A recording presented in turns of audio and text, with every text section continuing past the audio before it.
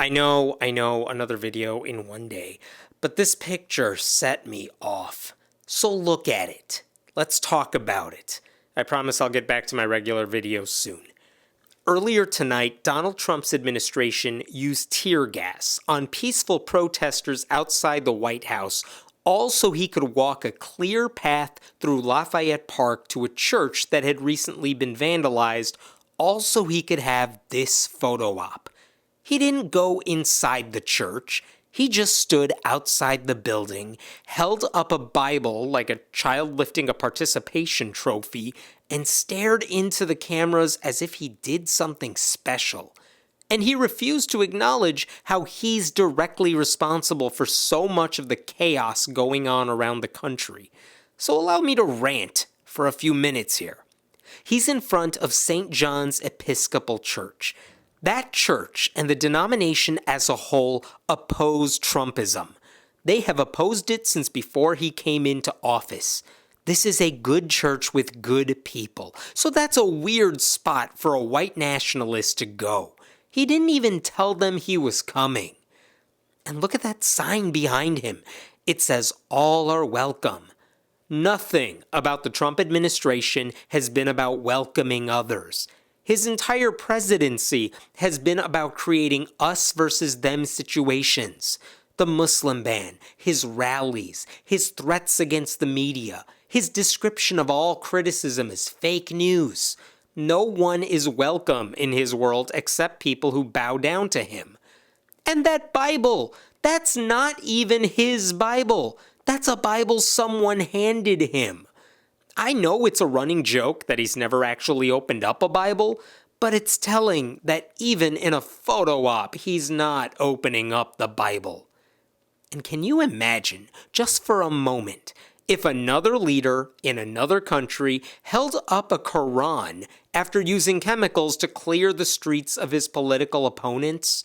What do you think conservatives in the US would say about that? Because I promise you they do not see the similarities. Do you know what elected Republicans have said about this picture? About Trump's behavior during the protests? Mostly nothing. Some of them have issued mild statements of displeasure, but that's all they're gonna do. They don't care. They never have. They'll continue voting for Trump's agenda and conservative judges because none of them, with rare exception, have the courage to oppose him. Their silence is complicity. They all need to be voted out as soon as possible. But back to the Bible. This is the image millions of white evangelicals dreamed about when they voted for him in 2016. 80% of them voted for him that year, and it doesn't look like that number has dropped significantly heading into November. They will continue to vote for Trump in overwhelming numbers because they refuse to see beyond the frames of this image. They don't care what's going on around Trump as long as he pays lip service to their God. They will ignore the pleas from Black Americans, including Black Christians, demanding justice and equal treatment under the law, all because Trump poses for pictures like this.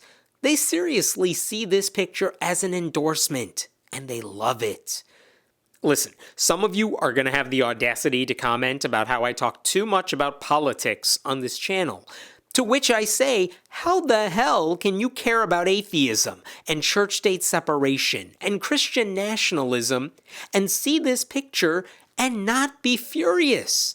This is far more important than some obscure religious debate. This is religion being used in the wild, and it's tied into politics, and it's disturbing, and it's because Trump has an alliance with the Christian right that he gets to keep shoving wrecking balls all over the country.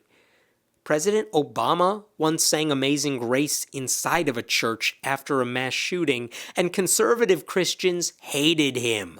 Trump can't even walk into a church during a photo op, and he's encouraging police misconduct, and he's egging on riots. But look, he's holding a Bible, so the religious right embraces him.